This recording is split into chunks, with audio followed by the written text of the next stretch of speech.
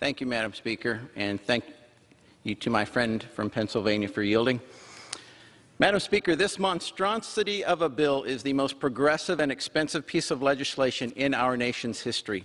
It will fundamentally alter the course of our great nation by codifying the far left's dangerous policies, such as components of the Green New Deal, taxpayer-funded abortion, and the weaponization of the IRS. In fulfilling the far left's wish list, this bill bankrupts America.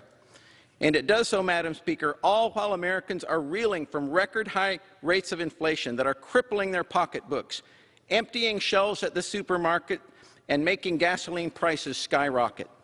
This compounded with the fact that the Biden administration refuses to address the myriad of crises plaguing Americans across the country.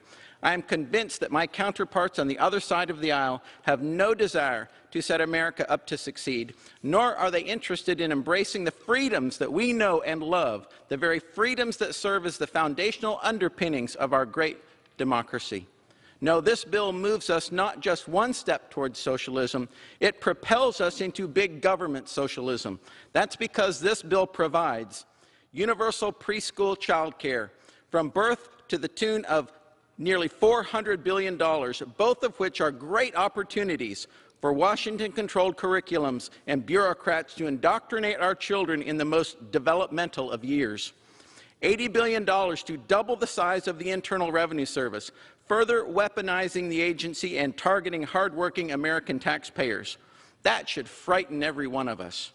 $100 billion to establish a backdoor amnesty program that will give 5-year renewable visas to millions of individuals illegally residing in the United States.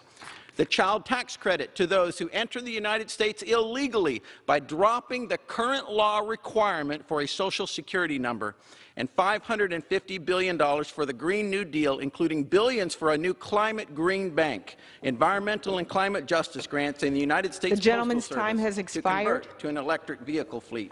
Madam Speaker, I'd yield an additional minute for summation. The gentleman is recognized. Thank you. And $12.5 tree equity, and radical environmental justice initiatives. That's right. This bill leaves us knocking on the door of big government socialism. My constituents sent me to Washington, D.C. to protect and secure their freedoms and to put Americans first, not last. And I look forward to voting no on this travesty of a bill. And I encourage all my colleagues to also vote no on this big government socialism bill. And I yield back.